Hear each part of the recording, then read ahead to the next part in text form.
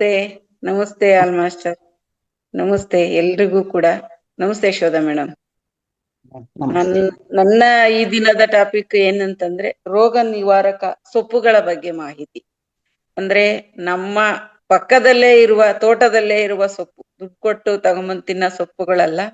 ನಮ್ಮ ತೋಟದಲ್ಲಿರುವ ಯಾವ್ಯಾವ ಸೊಪ್ಪು ಹೆಂಗೆ ಇರುತ್ತೆ ಎಲ್ರಿಗೂ ಗೊತ್ತಿರುತ್ತೆ. ಆದ್ರೆ ಅದು ಕಳೆ ಅಂತ ನಾವ್ ಅಂದ್ಕೊಂಡಿದೀವಿ, ಅದರಿಂದ ಎಷ್ಟು ಲಾಭ ಅಂತ ಗೊತ್ತಿಲ್ಲ. ಅದ್ರ ಬಗ್ಗೆ ನಾನು ತಿಳಿಸ್ಕೊಡ್ತಾ ಇದ್ದೀನಿ ಮೇಡಮ್ ಇವತ್ತು. ಎಸ್ ಮೇಡಮ್, ಎಲ್ಲರಿಗೂ ನಮ್ಮ ದೇಹಕ್ಕೆ ಬೇಕಾಗಿರುವಂತಹ ಆರೋಗ್ಯಯುತವಾದಂತಹ ಸೊಪ್ಪು, ಹಸಿರು ಸೊಪ್ಪು. ಹಸಿರು ಹಸಿರು ಸೊಪ್ಪಿನ ನೋಡಿದ ತಕ್ಷಣ ನಮ್ಮ ಶರೀರದಲ್ಲಿ ಒಂಥರ ವೈಬ್ರೇಷನ್ ಆಗುತ್ತೆ. ಹೌದು ಗ್ರೀನರಿ ನೋಡಿದ್ರೇನೆ ಅದನ್ನೇ ಹೌದು ನಾವು ಒಳಗಡೆ ಹಾಕಿದಾಗ ನಮ್ಮ ದೇಹ ಆರೋಗ್ಯ ಎಷ್ಟು ಅದ್ಭುತವಾಗಿರುತ್ತಲ್ವಾ. ಈ ಸೊಪ್ಪಿನ ವಿವರಣೆಯನ್ನು ಕೇಳಿ ಎಲ್ಲರೂ ಕೂಡ ಅದನ್ನ ಫಾಲೋ ಮಾಡೋಣ. ಥ್ಯಾಂಕ್ ಯು ಮ್ಯಾಮ್, ಕಂಟಿನ್ಯೂ ಮಾಡಿ. ಧನ್ಯವಾದ ಮೇಡಮ್. ನಾನು ಥ್ಯಾಂಕ್ ಯು. ಫಸ್ಟ್ ಎಲ್ಲಾ ಸೊಪ್ಪುನು ತಗೊಂಬಂದ್ ಇಟ್ಕೊಂಡಿದೀನಿ. ನನ್ ಕೈಲಿ ಎಷ್ಟಾಗುತ್ತೋ ಅಷ್ಟು ಸೊಪ್ಪನ್ನು ಕೂಡ ನಾನು ಕಲೆಕ್ಟ್ ಮಾಡ್ಕೊಂಬಂದ್ ಇಟ್ಕೊಂಡಿದೀನಿ. ಸಿಗದೆ ಇರೋದ್ ಇನ್ನೂ ತುಂಬಾ ಇದೆ, ಸಿಕ್ಕಿಲ್ಲ. ಸಿಕ್ಕಿರೋದ್ ಮಾತ್ರ ಎತ್ಕೊಂಬಂದ್ ಇಟ್ಕೊಂಡಿದೀನಿ. ನಾನು ಫಸ್ಟ್ ನಮ್ ಹೊಟ್ಟೆ ಕ್ಲೀನ್ ಮಾಡ್ಕೊಳೋ ಸೊಪ್ಪಿಂದಾನೇ ನಾನು ಹೇಳ್ಬಿಡ್ತೀನಿ. ಇದು ಜಲಬೇದಿ ಸೊಪ್ಪು ಅಂತ ಹೇಳ್ತಾರೆ ಇದನ್ನ ಕಷಾಯ ಮಾಡಿ ಕುಡಿಯೋದ್ರಿಂದ ನಮ್ಮ ಹೊಟ್ಟೆ ಕ್ಲೀನ್ ಆಗುತ್ತೆ ಅಂತ ಕೂಡ ಹೇಳ್ತಾರೆ. ಅದನ್ನ ನಾನು ತೋರಿಸ್ತಾ ಇದ್ದೀನಿ ನೋಡಿ ಮಾಸ್ಟರ್ಸ್. ಎಲ್ರಿಗೂ ಗೊತ್ತಿರುತ್ತೆ, ಗೊತ್ತಿಲ್ಲದೆ ಇರೋರು ಎಷ್ಟೋ ಜನ ಇದ್ದಾರೆ. ಆದ್ರೆ ಇದು ಏನಕ್ಕೆ ಉಪಯೋಗ ಆಗುತ್ತೆ ಅಂತ ಗೊತ್ತಿರಲ್ಲ. ಇರುತ್ತೆ, ಎಲ್ಲರ ಕಣ್ಗೂ ಬೀಳುತ್ತಿದೆ, ಎಲ್ಲಿ ಬೇಕಾದ್ರೂ ಯಥೇಚ್ಛವಾಗಿ ಸಿಗುತ್ತೆ, ಆದ್ರೆ ಗೊತ್ತಿರಲ್ಲ. ಅದಕ್ಕೆ ನಾನು ಲೈವ್ ಆಗಿ ತೋರ್ಸೋಣ ಅಂತ ತಗೊಂಬಂದಿದ್ದೀನಿ. ನೋಡಿ ಮಾಸ್ಟರ್, ಇದು ಜಲಬೇದಿ ಸೊಪ್ಪು ಅಂತಾರೆ. ಇದನ್ನ ಕಷಾಯ ಮಾಡಿ ಕುಡಿಯೋದ್ರಿಂದ ಕೂಡ ನಮ್ಮ ಹೊಟ್ಟೆ ಕ್ಲೀನ್ ಆಗುತ್ತೆ ಅಂತ ಕೂಡ ಹೇಳ್ತಾರೆ. ನಾನು ಅದಕ್ಕೆ ತಗೊಂಬಂದಿದ್ದೀನಿ. ಅದು ಬಿಟ್ರೆ ಕನ್ನೆ ಸೊಪ್ಪು ಅಂತ ಹೇಳ್ತಾರೆ. ಇದು ಕನ್ನೆ ಸೊಪ್ಪು ಹೆಸರೇ ಕನ್ನೆ. ಇದನ್ನ ತಿನ್ನೋದ್ರಿಂದ ನಮ್ಮ ಜೀವಕ್ಕೆ ತುಂಬಾ ದೇಹ ತಂಪಾಗುತ್ತೆ, ನಾವು ಯೌವನವಾಗಿರ್ಬೋದು ಅಂತ ಕೂಡ ಹೇಳ್ತಾರೆ. ಇದು ಕನ್ನೆ ಸೊಪ್ಪು. ಆದ್ರೆ ಬೇಜಾನ್ ಇರುತ್ತೆ, ಆದ್ರೆ ಇದನ್ನ ತಿನ್ನೋದಿಲ್ಲ ನಾವು. ಇದು ಒಂದ್ ತಗೊಂಬಂದ್ ಇಟ್ಕೊಂಡಿದೀನಿ. ಮತ್ತೆ ಇದು ಕೊಮ್ಮೆ ಸೊಪ್ಪು ಅಂತ ಹೇಳ್ತಾರೆ. ಇದನ್ನ ಇದು ಒಂಥರ ಪುನರ್ನವನೆ. ಇದು ಕೊಮ್ಮೆ ಸೊಪ್ಪು ಅಂತಾನು ಕೂಡ ಆಡ್ಭಾಷೆಯಲ್ಲಿ ಹೇಳ್ತಾರೆ. ಇದನ್ನು ಕೂಡ ನಾವು ಸೊಪ್ಪಿಗೆ ಡೈಲಿ ನಮ್ಮ ಮನೆ ಸಾಂಬಾರ್ ಮಾಡೋ ಸೊಪ್ಪಿಗೆ ಡೈಲಿ ನಾವು ಉಪಯೋಗಿಸ್ಕೊಂಡ್ರೆ ತುಂಬಾ ಅದ್ಭುತ, ರುಚಿನೂ ಇರುತ್ತೆ, ದೇಹಕ್ಕೂ ಚೆನ್ನಾಗಿರುತ್ತೆ. ಇದು ಒಂದು ಪುನರ್ನವ ಅಂತ ಹೇಳ್ತಾರೆ. ಇದು ಪುನರ್ನವ ಅಂತ. ಇದು ಹೆಸರೇ ನೋಡಿ ಹೆಂಗಿದೆ, ನಮ್ಮ ದೇಹ ಪುನರ್ನವ ಚೈತನ್ಯವಾಗುತ್ತೆ ಅಂತ ಕೂಡ ಹೇಳ್ತಾರೆ. ಇದನ್ನು ಒಂದು ಕೊಮ್ಮೆ ಸೊಪ್ಪು ಅಂತಾನು ಕೂಡ ಕರೀತಾರೆ, ಪುನರ್ನವ ಸೊಪ್ಪು. ಇದು ಕೂಡ ನೋಡಿ ಈ ತರ ಹೂವು ಬಿಡುತ್ತೆ. ಗೊತ್ತಿಲ್ಲ ಅಂದ್ರೆ ನೋಡಿ ಮಾಸ್ಟರ್ಸ್, ಇದು ಹೂವು ಬಿಡುತ್ತೆ, ಈ ತರ ಪರ್ಪಲ್ ಕಲರ್ ಹೂವು ಬಿಡುತ್ತೆ. ಇದು ಪುನರ್ನವ ಅಂತ. ಇದನ್ನು ಕೂಡ ನಾನು ತಗೊಂಬಂದ್ ಇಟ್ಕೊಂಡಿದೀನಿ. ಇದು ನೆಲಬಸಳೆ ಅಂತ ಹೇಳ್ತಾರೆ. ಇದು ನೆಲಬಸಳೆ ಸೊಪ್ಪು. ಬಸಳೆ ಸೊಪ್ಪಲ್ಲೇ ತುಂಬಾ ಇದಾವೆ ವೆರೈಟಿಗಳು. ಬಾಯಿ ಬಸಳೆ ಸೊಪ್ಪಿದೆ, ಅದ್ರಲ್ಲಿ ಕೆಂಪು ವೈಟು ಇದೆ. ಬಾಯಿ ಉಣ್ಣಾದ್ರೆ ಇದು ಅದೇ ಜಾತಿ ಸೇರಿದ್ದೇನೆ, ನೆಲಬಸಳೆ. ಇದು ಕಾಡಬಸಳೆ. ಇದಕ್ಕೂ ಹೋಗುತ್ತೆ. ಇದು ಕಿಡ್ನಿ ಸ್ಟೋನ್ ಆದ್ರೆ ಉಪಯೋಗಿಸ್ತಾರೆ ಎಲ್ಲದಕ್ಕೂನು. ಇದೊಂದ್ ಎಲೆ ಹಿಂಗ್ ಹಾಕಿದ್ರೆ ಎಲೆಲ್ಲೂ ಕೂಡ ಇದು ಹೊಡೆಯುತ್ತೆ ಮಾಸ್ಟರ್. ಇದನ್ನ ಪಾಟಲ್ಲೇ ಬೆಳ್ಕೋಬಹುದು, ತುಂಬಾ ಸುಲಭವಾಗಿ ಸಿಗುತ್ತೆ ಇದು. ಆಮೇಲೆ ಇದಕ್ಕೆ ಒಳ್ಳೆ ಬೇಡಿಕೆನೂ ಇದೆ. ಇದು ಪುಡಿ ಮಾಡಿ ಮಾರಾಟ ಮಾಡ್ತೀವಿ ಅಂದ್ರುನು ಮಾಡ್ಬೋದು. ಇದು ಯಥೇಚ್ಛವಾಗಿ ಬೆಳೀತು. ಸುಮ್ನೆ ಹಿಂಗ ಹಾಕ್ಬಿಟ್ರು ಸಾಕು, ಎಷ್ಟು ಬೇಕಾದ್ರೂ ನೀರ್ ಬೇಕಿಲ್ಲ, ಏನಿಲ್ಲ, ಅದ್ಭುತವಾಗಿ ಬರುತ್ತೆ. ಇದು ಎಲ್ಲರ ಮನೇಲೂ ಇರ್ಬೇಕು ಮಾಸ್ಟರ್ಸ್. ಇದು ನೆಲಬಸಳೆ. ಇದು ಕಿಡ್ನಿ ಸ್ಟೋನ್ ಆದ್ರೆ ಉಪಯೋಗಿಸ್ತಾರೆ. ಆಮೇಲೆ ನಾವು ಡೈಲಿ ಸಾಂಬಾರ್ ಮಾಡೋದ್ರಲ್ಲಿ ಇದೆಲ್ಲಾ ಸೊಪ್ಪುನು ಅಷ್ಟಷ್ಟು ಹಾಕಿ ನಾವು ಮಾಡ್ಬೋದು ಮಾಸ್ಟರ್ಸ್. ಮತ್ತೆ ಹರಿವೆ ಸೊಪ್ಪು ಅಂತ ಹೇಳ್ತಾರೆ. ಹರಿವೆನಲ್ಲಿ 2 ಜಾತಿ ಇದೆ, ಕೆಂಪು ವೈಟು. ಹರಿವೆ ನಮ್ಮ ಅರಿವಿಗೆ ಬಾರದೆ ಇರೋದು ಹರಿವೆ ಸೊಪ್ಪು. ಇದು ಎಷ್ಟು ಇರುತ್ತೆ ಅಂದ್ರೆ ಇದು ತಿನ್ನೋದಲ್ಲ ನಾವು ಅಂತ ನಾವ್ ಅನ್ಕೊಂಡಿರ್ತೀವಿ ಮಾಸ್ಟರ್ಸ್. ಇದು ಹರಿವೆ ಸೊಪ್ಪು ತುಂಬಾ ಚೆನ್ನಾಗಿರುತ್ತೆ. ಅರುವನ್ನ ಮೂಡ್ಸದೆ ಅಂತೆ ಅದ್ರ ಹೆಸರು ಹರಿವೆ ಅಂತ ಕರಿತಾ ಇರೋದು ಮಾಸ್ಟರ್ಸ್. ಇದು ಒಂದು. ಮತ್ತೆ ಗಣಿಕೆ ಸೊಪ್ಪು ಎಲ್ರಿಗೂ ಗೊತ್ತೇ ಇರುತ್ತೆ. ಕಾಶಿ ಸೊಪ್ಪು ಅಂತಾರೆ, ಗಣಿಕೆ ಸೊಪ್ಪು ಅಂತಾರೆ. ಇದು ಕೂಡ ಡೈಲಿ ನಾವು ಉಪಯೋಗಿಸ್ಬಹುದು ಮಾಸ್ಟರ್ಸ್. ಯಾವುದೇ ಸೈಡ್ ಎಫೆಕ್ಟ್ ಇಲ್ಲ ಮಾಸ್ಟರ್ಸ್. ಇಷ್ಟೆಲ್ಲ ನಮ್ಮ ಹತ್ರನೇ ಇರ್ತವೆ, ಆದ್ರೆ ನಾವು ಉಪಯೋಗಿಸ್ಕೊಳಲ್ಲ. ಮತ್ತೆ ಚೆಗಟೆ ಸೊಪ್ಪು ಅಂತ ಹೇಳ್ತಾರೆ ಇದನ್ನ. ಇದು ರೋಡ್ ಬದಿ ಎಲ್ ಬೇಕಾದ್ರೂ ಬೆಳೆದಿರುತ್ತೆ. ಇದು ಕಣ್ಣಿಗೆ ಅದ್ಭುತ ಅಂತ ಹೇಳ್ತಾರೆ ಮಾಸ್ಟರ್ಸ್. ಇದು ಹೂವು ಬಿಟ್ಟಿರೋದೇ ತಗೊಂಬಂದಿದೀನಿ ನೋಡಿ ಮಾಸ್ಟರ್ಸ್, ಗೊತ್ತಾಗಲ್ಲ ಅಂತಂದ್ರೆ. ಇದು ಚೆಗಟೆ ಸೊಪ್ಪು. ಇದು ಕೂಡ ನಾವು ಸಾಂಬಾರು ಪಲ್ಯ ಎಲ್ಲಾ ಮಾಡ್ಬೋದು.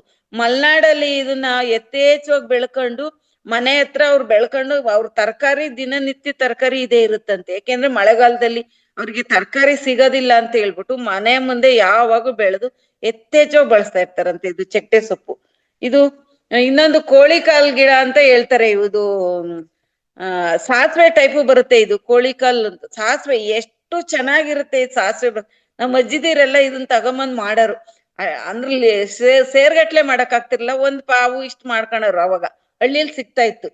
ಏನ್ ರುಚಿ ಅಂತ ಅಂದ್ರೆ ಅದ್ಭುತವಾಗಿತ್ತು. ನಾವ್ ಇದನ್ನೆಲ್ಲ ಅವಾಗ ಚಿಕ್ಕ ಹುಡುಗ್ರಲ್ಲಿ ತಿಂದಿದ್ವಿ. ಆದ್ರೆ ಇವಾಗ ಊರಿಗೆ ಬಂದ್ಮೇಲೆ ನಾನು ಇದನ್ನ ಪ್ರಯೋಗ ಮಾಡ್ತಾ ಇದ್ದೀನಿ. ಇದು ಸಾಂಬಾರ್ಗೆ, ಇದನ್ನು ಕೂಡ ಸಾಂಬಾರ್ಗೆ ಹಾಕ್ಬೋದು. ಇದು ಏನ್ ಸೊಪ್ಪು ತೋರಿಸ್ತಾ ಇದನ್ನೆಲ್ಲದೂ ಸಾಂಬಾರ್ಗೆ ಹಾಕ್ಬೋದು. ಇದು ಅಣ್ಣೆ ಸೊಪ್ಪು ಅಂತ ಹೇಳ್ತಾರೆ ಮಾಸ್ಟರ್ಸ್.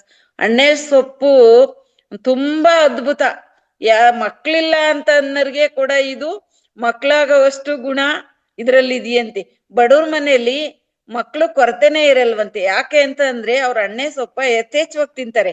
ಇದನ್ನ ಬಡವರು ತಿನ್ನೋದು ಶ್ರೀಮಂತರು ತಿನ್ನೋದು ಅಲ್ಲ ಅಂತ ಎಷ್ಟೋ ಜನ ಅಂದ್ಕೊಂಡಿದ್ದಾರೆ ಮಾಸ್ಟರ್ಸ್. ಇದು ತಿನ್ನೋದ್ರಿಂದ ನಮ್ಮ ಗರ್ಭಧಾರಣೆ ಆಗುತ್ತಂತೆ. ತುಂಬಾ ಅದ್ಭುತವಾಗಿ ಮಕ್ಳು ಎಲ್ಲಾನು ಕೊರತೆನೇ ಇರಲ್ವಂತೆ ಬಡವ್ರ ಮನೇಲಿ. ಇದನ್ನ ಹೇಳ್ತಾರೆ ಈ ತರ ಗಾದಿನ. ಅದಕ್ಕೆ ಇದನ್ನ ತಗೊಂಬಂದಿದೀನಿ. ಇದು ಒಂದು ಉತ್ರಾಣಿ ಅಂತ ಹೇಳ್ತಾರೆ. ಇದು ಹೆಣ್ಣು ಉತ್ರಾಣಿ. ಇದು ಕೂಡ ನಾವು ಸಾಂಬಾರ್ಗೆ ಬಳಸ್ಬೋದು. ಗಂಡು ಉತ್ರಾಣಿ ಇನ್ನೊಂದ್ ಕಡ್ಡಿ ಬರ್ತಾ ಅದ್ ಸಿಕ್ಕಿಲ್ಲ ನನ್ಗೆ. ಇದು ಹೆಣ್ಣು ಉತ್ರಾಣಿ ಅಂತ ಹೇಳ್ತಾರೆ. ಇದು ಕೂಡ ನಾವು ಸಾಂಬಾರ್ಗೆ ಬಳಸ್ಬೋದು. ಇದೆಲ್ಲದನ್ನು ಸಾಂಬಾರ್ಗೆ ಬಳಸ್ಬೋದು. ಮತ್ತೆ ಮುಟ್ಟಿರ್ ಮುನ್ಯ, ಇದನ್ನ ನಾವು ಫೈಲ್ಸ್ ಆಗಿರುತ್ತಲ್ಲ ಮಾಸ್ಟರ್ಸ್, ಫೈಲ್ಸು, ಶುಗರ್ ಕಂಟ್ರೋಲ್ ಎಲ್ಲದಕ್ಕೂ ಕೂಡ ಉಪಯೋಗಿಸ್ಬೋದು ಮುಟ್ಟಿರ್ ಮುನ್ಯ. ಇದು ಟಾಚ್ಮಿ ನಟ್ ಅಂತ ಹೇಳ್ತಾರೆ ನೋಡಿ ಸರ್. ಇದು ಒಳ ಮುಚ್ಚಗ ಅಂತ ಹೇಳ್ತಾರೆ. ಇದನ್ನ ಕೂಡ ನಾವೆಲ್ಲದಕ್ಕೂ ಉಪಯೋಗಿಸ್ಬೋದು. ಆಮೇಲೆ ಹಂಗೆ ಅಗದು ತಿಂದ್ರೆ ಬಬ್ಬಲ್ ಗಮ್ ತಿಂದಷ್ಟು ಬಾಯಿಗೆ ಸಿಗುತ್ತೆ. ಇದನ್ನ ಹಂಗೆ ಬಾಯಿಲಿ ಹಸಿದೆ ಡೈಲಿ 3-4 ಎಲೆ ಆರಾಮಾಗಿ ತಿನ್ಬೋದು. ತುಂಬಾ ಒಳ್ಳೇದು ಮಾಸ್ಟರ್ಸ್ ಇದನ್ನು ಕೂಡ. ಇನ್ನ ನುಗ್ಗೆ ಸೊಪ್ಪಂತೂ ಎಲ್ರಿಗೂ ಗೊತ್ತು. ರಿಂಗಾ ಪೌಡರ್ ಅಂತ ಹೇಳ್ಬಿಟ್ಟು ಇದನ್ನೇನು ತುಂಬಾ ಮಾರಾಟ ಮಾಡ್ತಾ ಇದ್ದಾರೆ. ಇವಾಗಂತೂ ತುಂಬಾ ಪ್ರಚಲಿತಕ್ಕೆ ಬಂದ್ಬಿಟ್ಟಿದೆ ನುಗ್ಗೆ ಸೊಪ್ಪು.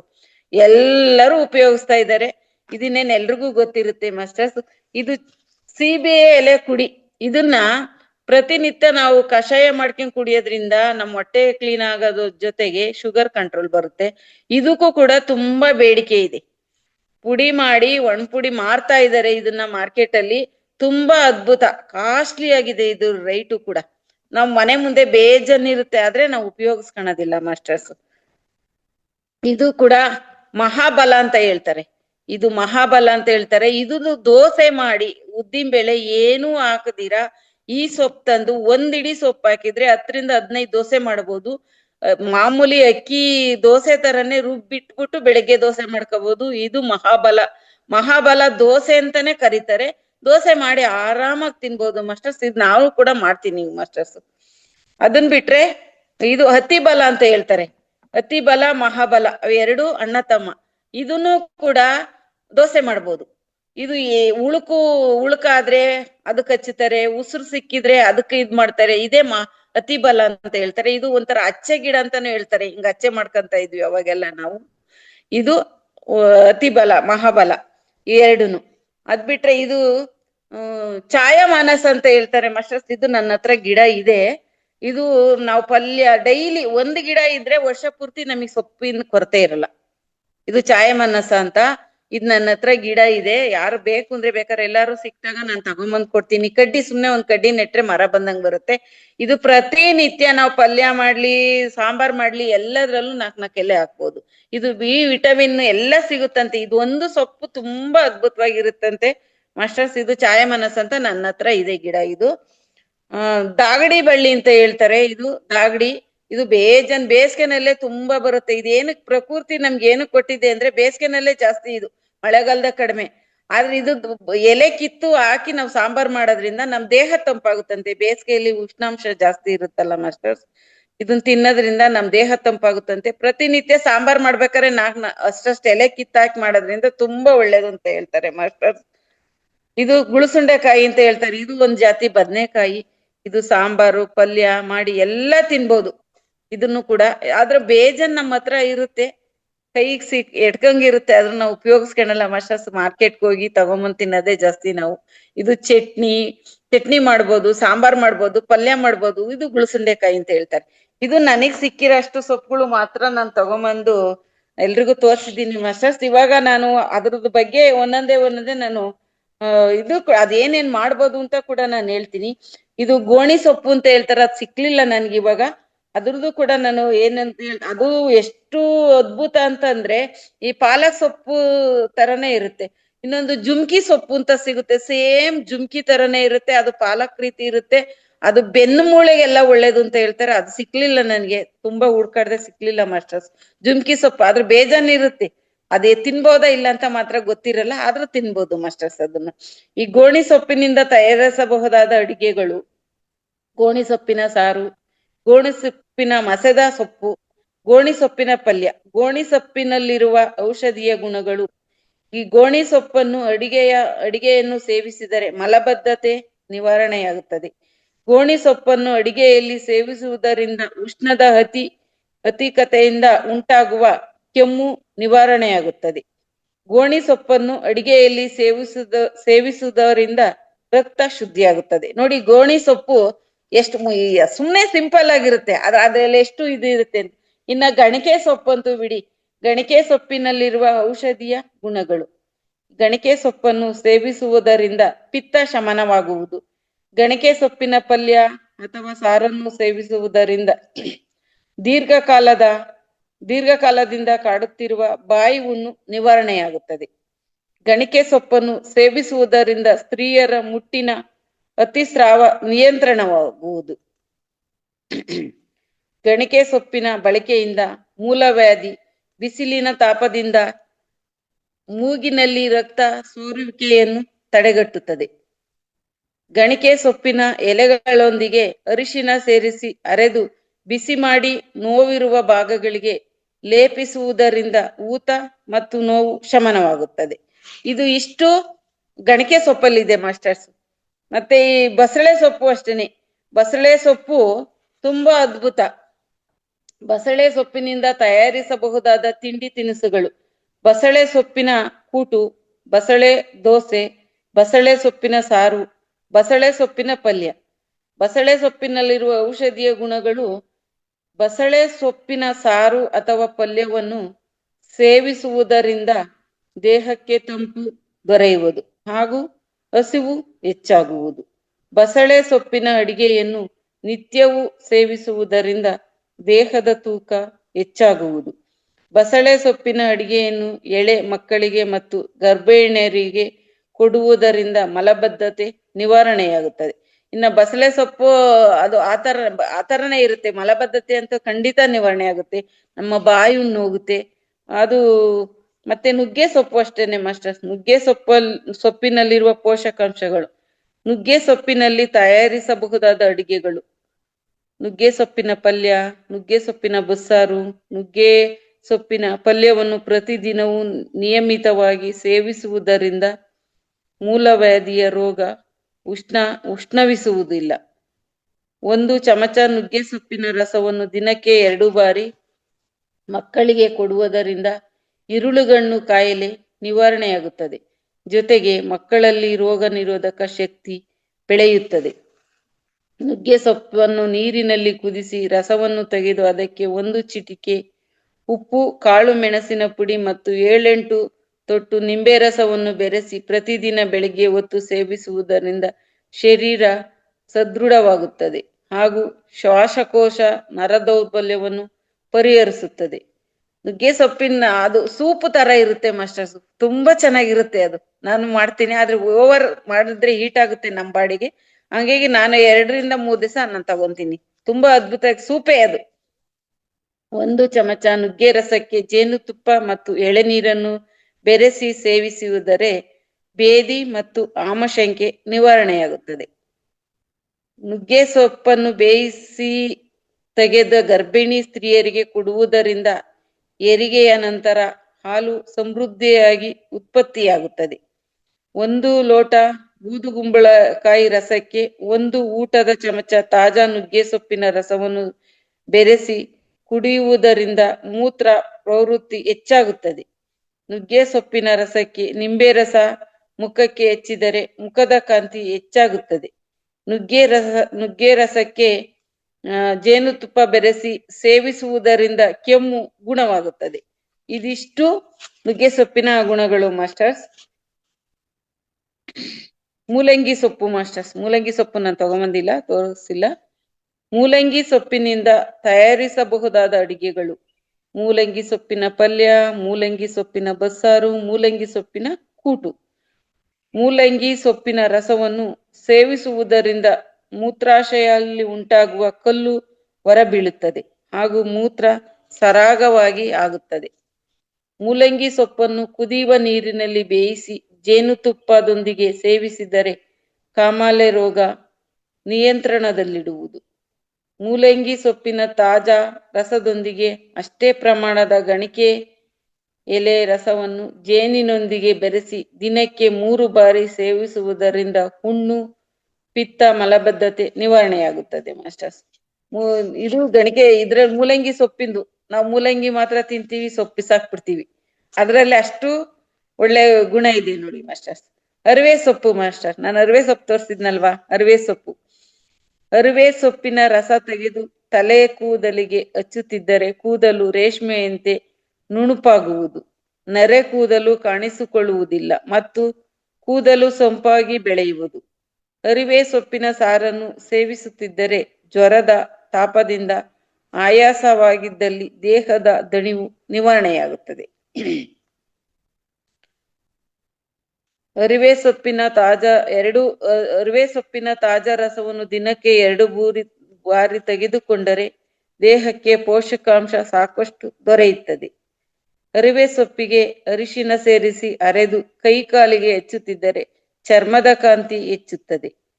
ಅರಿವೆ ಸೊಪ್ಪನ್ನು ಸುಟ್ಟು ಅದರ ಬೂದಿಯನ್ನು ನೀರಿನಲ್ಲಿ ಕಲಸಿ ಮುಖಕ್ಕೆ ಹಚ್ಚಿಕೊಂಡರೆ ಮಡವೆ ನಿವಾರಣೆಯಾಗುತ್ತದೆ. ಅರಿವೆ ಸೊಪ್ಪಿನ ಅಡಿಗೆಯನ್ನು ಕ್ರಮವಾಗಿ ಸೇವಿಸುತ್ತಿದ್ದರೆ ಹಸಿವು ಹೆಚ್ಚಾಗುತ್ತದೆ ಹಾಗೂ ಯಕೃತ್ತಿನ ರಕ್ಷಣೆಯಾಗುತ್ತದೆ.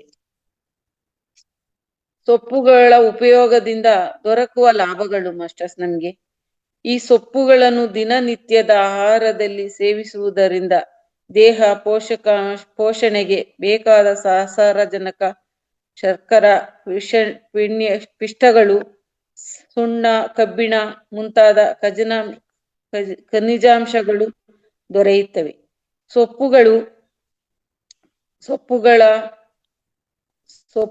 ಸಾರಜನಕ, ಪಿಷ್ಟಗಳು, ಸಣ್ಣ ಕಬ್ಬಿಣ ಮುಂತಾದ ಖನಿಜ ದೊರೆಯುತ್ತವೆ. ಸೊಪ್ಪುಗಳ ರಂಜಕ, ಪೊಟ್ಯಾಶ್ ಮುಂತಾದ ಖನಿಜಗಳು ಹೆಚ್ಚು ಪ್ರಮಾಣದಲ್ಲಿದ್ದು ದೇಹದ ಬೆಳವಣಿಗೆ ಸಹಕಾರಿಯಾಗುತ್ತವೆ. ಸೊಪ್ಪುಗಳು ದೇಹದ ಆರೋಗ್ಯ ಮತ್ತು ಬೆಳವಣಿಗೆಯನ್ನು ಹೆಚ್ಚಿಸುವುದರಿಂದ ಗರ್ಭಿಣಿಯರು, ಬಾಣಂತಿಯರು ಹೆಚ್ಚಾಗಿ ಉಪಯೋಗಿಸಬೇಕು. ಸೊಪ್ಪುಗಳು ಆಹಾರದ ಜೊತೆ ಹೆಚ್ಚಾಗಿ ಉಪಯೋಗಿಸುವುದರಿಂದ ಪಚನ ಶಕ್ತಿಯು ವೃದ್ಧಿಯಾಗುತ್ತದೆ ಹಾಗೂ ಮಲಬದ್ಧತೆಯನ್ನು ನಿವಾರಿಸುತ್ತದೆ. ವಿವಿಧ ರೀತಿಯ ಸೊಪ್ಪುಗಳು ಸೇವಿಸುವುದರಿಂದ ದೇಹಕ್ಕೆ ಎ, ಬಿ, ಸಿ ಮತ್ತು ಕೆ ಜೀವತತ್ವಗಳು ಧಾರಾಳವಾಗಿ ದೊರಕುತ್ತವೆ. ಸೊಪ್ಪುಗಳ ಸೇವನೆಯಿಂದ ಶರೀರಕ್ಕೆ ಬೇಕಾದ ಶಕ್ತಿ ಮತ್ತು ಉಷ್ಣತೆ ದೊರಕುತ್ತದೆ. ಸೊಪ್ಪುಗಳು ಅತಿ ಹೆಚ್ಚು ಸೇವಿಸುವುದರಿಂದ ಸೊಪ್ಪುಗಳಲ್ಲಿರುವ ಪಿಷ್ಟ ಸುಲಭವಾಗಿ ಹೀರಲ್ಪಟ್ಟು ದೇಹದ ಆರೋಗ್ಯ ಉತ್ತಮವಾಗುತ್ತದೆ. ಸೊಪ್ಪುಗಳು ಅತಿ ಸುಲಭದಲ್ಲಿ ಹಾಗೂ ಅಗ್ಗದಲ್ಲಿ ಖನಿಜ ಮತ್ತು ಜೀವತತ್ವಗಳನ್ನು ಪೂರೈಸುವ ಆಹಾರವಾಗಿದೆ. ಸೊಪ್ಪುಗಳ ಸೇವನೆಯಿಂದ ಆಹಾರ ಸುಲಭವಾಗಿ ಜೀರ್ಣವಾಗುತ್ತದೆ ಹಾಗೂ ಮಲ ಮೂತ್ರ ಸರಾಗವಾಗಿ ಆಗುತ್ತದೆ. ಪ್ರತಿಯೊಂದು ಸೊಪ್ಪುಗಳು ಉತ್ತಮ ಪೌಷ್ಟಿಕತೆ ಮತ್ತು ಔಷಧೀಯ ಗುಣಗಳು ಹೊಂದಿವೆ. ಕೆಲವು ಸೊಪ್ಪುಗಳು ಸೇವನೆಯಿಂದ ದೇಹದ ತೂಕ ಹೆಚ್ಚಾಗುತ್ತದೆ, ಕೆಲವು ಸೊಪ್ಪುಗಳಿಂದ ದೇಹದ ತೂಕ ಕಡಿಮೆಯಾಗುತ್ತದೆ. ಸೊಪ್ಪುಗಳಲ್ಲಿ ಅಮೂಲ್ಯ ಪೋಷಕಾಂಶವಿದ್ದು ಮಾನವರಿಗೆ ಒಂದು ವರದಾನವಾಗಿದೆ. ಕೆಲವು ಸೊಪ್ಪುಗಳು ಅಡಿಗೆಯ ಸುಗಂಧವನ್ನು ಹೆಚ್ಚಿಸುತ್ತವೆ ಹಾಗೂ ಆಹಾರದಲ್ಲಿ ವಿಶೇಷ ಸ್ವಾದವನ್ನು ಉಂಟು ಮಾಡುತ್ತವೆ. ಕೆಲವು ಸೊಪ್ಪುಗಳ ಸೇವನೆಯಿಂದ ಹೊಟ್ಟೆಯಲ್ಲಿರುವ ವಿಷ ದ್ರವ್ಯಗಳು ಮಲ ರೂಪದಲ್ಲಿ ಹೊರಬೀಳುತ್ತವೆ. ಕೆಲವು ಸೊಪ್ಪುಗಳಿಂದ ನೋವು ನಿವಾರಕ ತೈಲಗಳು ದೊರೆಯುತ್ತವೆ. ಸೊಪ್ಪುಗಳು ಉತ್ಕೃಷ್ಟವಾದ ಔಷಧಿ ಮತ್ತು ಆಹಾರವಾಗಿವೆ. ಕೆಲವು ಸೊಪ್ಪುಗಳು ಮನುಷ್ಯನ ದೇಹದ ಆರೋಗ್ಯ ವರ್ಧನೆಗೆ ಬೇಕಾದ ಸಸಾರಜನಕ ಮತ್ತು ಅವಶ್ಯಕ ಅಮೋನಿಯ ಆಮ್ಲಗಳನ್ನು ಒದಗಿಸುತ್ತವೆ. ಕೆಲವು ಸೊಪ್ಪುಗಳು ಮಾನವರಿಗೆ ಮಾತ್ರವಲ್ಲದೆ ದನ ಕರುಗಳಿಗೂ ಉತ್ತಮವಾಗಿವೆ. ಕೆಲವು ಸೊಪ್ಪುಗಳ ಸೇವನೆಯಿಂದ ನಿದ್ರೆ ಚೆನ್ನಾಗಿ ಬರುತ್ತದೆ. ಆದಷ್ಟು ತಾಜಾ ಸೊಪ್ಪುಗಳನ್ನೇ ಉಪಯೋಗಿಸಬೇಕು. ಸೊಪ್ಪುಗಳನ್ನು 1 ದಿನದ ಮಟ್ಟಿಗೆ ಶೇಖರಿಸಬೇಕಾದರೆ ಅವುಗಳನ್ನು ನೀರಿನಲ್ಲಿ ಎದ್ದಿ ಹಿಂಡಿದ ಬಟ್ಟೆಯೊಳಗೆ ಸುತ್ತಿ ತಂಪಾದ ಸ್ಥಳದಲ್ಲಿ ಇರಬೇಕು. ಸೊಪ್ಪುಗಳನ್ನು ಬಹಳ ಸಣ್ಣಗೆ ಹೆಚ್ಚಿ ಉಪಯೋಗಿಸಬಾರದು, ಏಕೆಂದರೆ ಹಾಗೆ ಹೆಚ್ಚಿ ಮತ್ತೆ ಸೊಪ್ಪನ್ನು ನೀರಿನಲ್ಲಿ ನೆನೆಸಿದರೆ ಅದರಲ್ಲಿರುವ ಜೀವತತ್ವಗಳು ನಷ್ಟವಾಗುತ್ತವೆ. ಸೊಪ್ಪುಗಳನ್ನು ಕತ್ತರಿಸುವುದಕ್ಕೂ ಮುಂಚೆ ಶುದ್ಧವಾಗಿ ನೀರಿನಲ್ಲಿ ತೊಳೆದು ಸ್ವಚ್ಛಗೊಳಿಸಬೇಕು. ಸೊಪ್ಪನ್ನು ಬೇಯಿಸದೆ ನಂತರ ಸೊಪ್ಪು ಬೆಂದ ನೀರಿನನ್ನು ಚೆಲ್ಲಿ ಉಪಯೋಗಿಸಬೇಕು. ಅದರಿಂದ ಸೊಪ್ಪನ್ನು ಬೇಯಿಸಲು ಹೆಚ್ಚು ನೀರನ್ನು ಹಾಕುವುದು ಸೂಕ್ತ. ಸೊಪ್ಪನ್ನು ಹವೆಯಿಂದ ಬೇಯಿಸುವುದರಿಂದ ಪೋಷಕಾಂಶಗಳು ನಷ್ಟವಾಗುವುದಿಲ್ಲ. ನಾವು ನೀರಾಗಿ ಬೇಯಿಸೋದ್ರಿಂದ ಹವೆಯಲ್ಲಿ ಬೇಯಿಸಿದ್ರೆ ಪೋಷಕಾಂಶ ಹೆಚ್ಚಾಗುತ್ತೆ ಮಾಸ್ಟರ್ಸ್. ಸೊಪ್ಪಿನ ಪಲ್ಯ ಮತ್ತು ಸಾರನ್ನು ಬಹಳ ಸಮಯ ಶೇಖರಿಸಿಟ್ಟುಕೊಂಡು ಉಪಯೋಗಿಸುವುದು ಸರಿಯಾದ ಕ್ರಮವಲ್ಲ. ಸೊಪ್ಪನ್ನು ಮುಚ್ಚಳವಿರುವ ಪಾತ್ರೆಯಲ್ಲಿಟ್ಟು ಬೇಯಿಸಬೇಕು ಹಾಗೂ ಹೆಚ್ಚಾಗಿ ತಿರುಗಿಸಬಾರದು. ಇದರಿಂದ ಸೊಪ್ಪಿನ ಪೋಷಕಾಂಶದ ನಷ್ಟವಾಗುತ್ತದೆ ಮಾಸ್ಟರ್ಸ್. ಇಷ್ಟು ನನ್ನ ಮಾಹಿತಿ. ಶುಕ್ರವಾರ ಸಮಗ್ರ ಜೀವನ ಶೈಲಿ ಮಾಹಿತಿಯಾಗಿರುತ್ತೆ ಮಾಸ್ಟರ್.